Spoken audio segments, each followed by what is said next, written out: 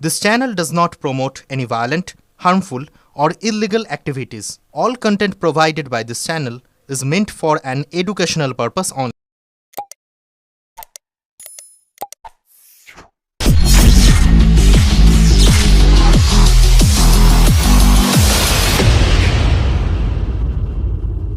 রাষ্ট্রপতির প্রতি শ্রদ্ধা জানাই, সম্মান জানাই। সব কালকে আমাদের নেত্রী মমতা বন্দ্যোপাধ্যায় যা বলার বলেছে তার বাইরে বলার কিছু নেই।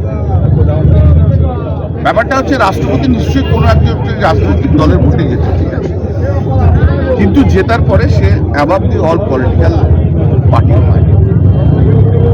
উনি বলেছেন এক নম্বর কথা যে শিডিউল ট্রাইবদের প্রতি কথা বলেছেন যে ওদের বঞ্চনা হয়েছে। আমি বলি যে আমরা পশ্চিমবাংলায় মমতা বন্দ্যোপাধ্যায় শিডিউল ট্রাইবের যা উন্নয়ন করেছে তা রাষ্ট্রপতির জানা নেই, রাষ্ট্রপতি জানেন না। আপনার যদি এত ব্যথা লাগে, আমি জানি না কতটা ব্যথা ওনার লেগেছে ওইখানে ইয়েতে, তো আমাদেরও ব্যথা আছে। আমরা আপনার প্রতি শ্রদ্ধা রাখি, ভালোবাসি। আমরা মনে করি যে ঠিক সময়ে আপনি নিঃসন্দেহে হস্তক্ষেপ করবেন। মণিপুরের এরকম একটা ঘটনা ঘটে গেল, এতদিন ধরে ঘটছে। আপনার মণিপুরে যাওয়ার একবারও সময় হয়নি? আপনি বলেছেন যে বারবার আমি আসতে চাই বাংলায়। কেন বারবার আসতে চাই? বলছে বাংলার মেয়ে। কোথায় পড়েছে বাংলায়? কোন স্কুলে পড়েছে? কোথায় বড় হয়েছে?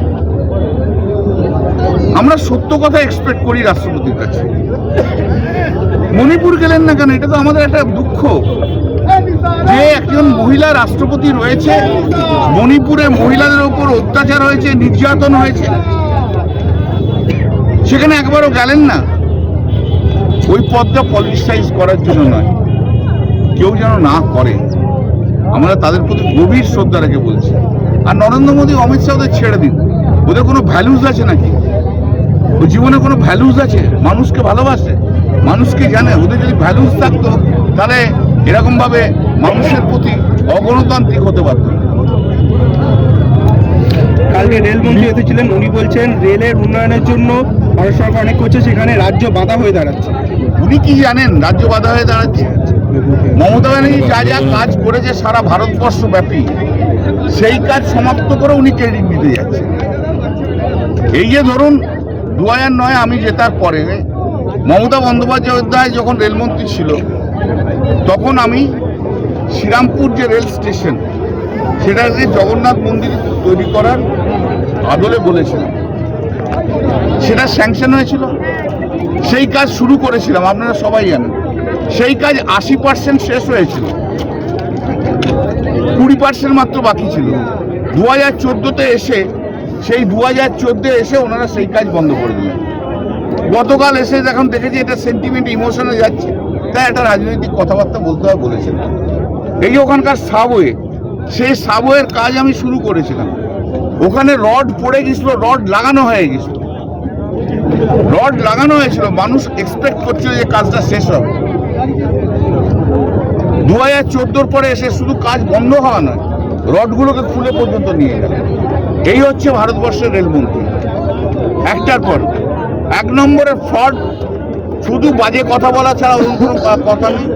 সব মমতা ব্যানার্জি কাজ শুরু করেছে ছিল, সেই কাজ শেষ করে কৃতিত্ব নিচ্ছে, মমতা বন্দ্যোপাধ্যায়ের সমালোচনা করছে।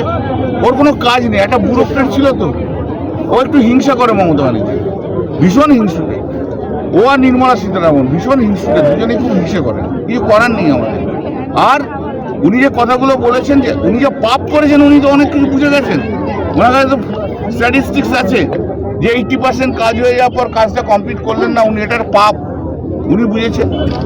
উনি বুঝেছেন যে এই লোহার রডগুলো খুলে নিয়ে যা ভুল হয়েছে ওনাদের, উনি বুঝেছেন। তা আমার একটাই কথা, এবার পাপের প্রায়শ্চিত্তটা অন্তত করুন, শেষ করুন। শ্রীরামপুরের মানুষ খুশি হবে। শেষ করুন, প্লিজ শেষ করুন।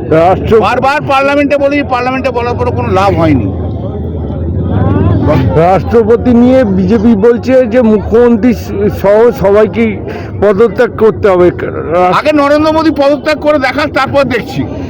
যারা ভারতবর্ষের মানুষের সাংবিধানিক অধিকারকে নষ্ট করে দেয়, যারা ভারতবর্ষের মানুষকে অপমান করে, যারা বাঙালিকে দিনের পর দিন খেতে দেয় না, যারা বাঙালিকে ঘৃণা করে, সেই নরেন্দ্র মোদী, অমিত শাহ আগে রিজাইন করুক, করো কাগজ লাইন। যারা এসআইআর নিয়ে আজকে বাঙালিদের কোশ্চেন তুলে, সেই বাঙালিদের ভোটেই তো প্রধানমন্ত্রী হয়েছেন। 2024-এর লিস্ট যদি ভুল হয়ে থাকে তাহলে আপনার প্রধানমন্ত্রী থাকাটাই তো ভুল। ভারতবর্ষে অনেক রকম লোক এসছে, এরকম নরেন্দ্র মোদীর মতো আর অমিত শাহের মতো লোক জন্মায়নি। বিজেপির ওই পরিবর্তনের রথযাত্রায় আজকে আমাদের বাইক মিছিল না ভেঙে চুরমার করে দিয়েছে। ওরা জানেই না কোন মাটিতে খেলতে এসেছে। এখন জন্ম নিতে হবে বিজেপির অনেকবার। নরেন্দ্র মোদী অমিত শাহ এখন জন্ম নিতে হবে। মমতা বন্দ্যোপাধ্যায় তৃণমূল কংগ্রেস, বাংলার মানুষ মমতা বন্দ্যোপাধ্যায়। আজকে দেখলেন কি বিরাট মিছিল, প্রায় 10,000 বাইক, তার মানে 3টে করে ছেলে, 30,000 লোক।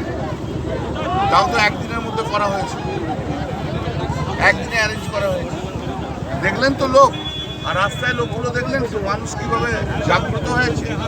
মানুষ যা করবে না থেতলে দেবে, থেতলে দেবে। এবারে জানেই না ওরা কি করেছে। এই 5 বছর ধরে ওরা একটার পর একটা কি করেছে ওরা জানে না। 100 দিনের কাজের টাকা নেই, কেন্দ্রীয় আবাস যোজনা নেই, প্রধানমন্ত্রী সড়ক যোজনা নেই, ইডি সিবিআই দিয়ে হ্যারাস করানো, তারপরে হচ্ছে এসআইআর, আবার বাংলা ভাগ, এই সমস্ত।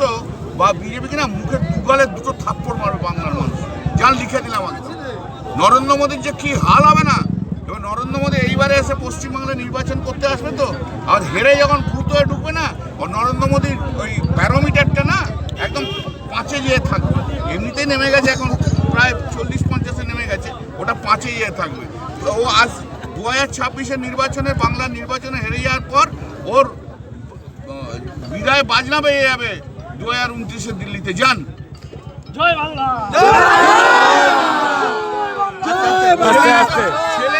ছেলেরা কি স্লোগান দিচ্ছে? ছেলেরা স্লোগান দিচ্ছে, জ্ঞানেশ কুমার বলছে মমতা ব্যানার্জি আসছে। আর কি বলবো বলুন? এটা আমি শিখিয়ে দিইনি, নিজেরাই বলছে বাচ্চা ছেলেরা।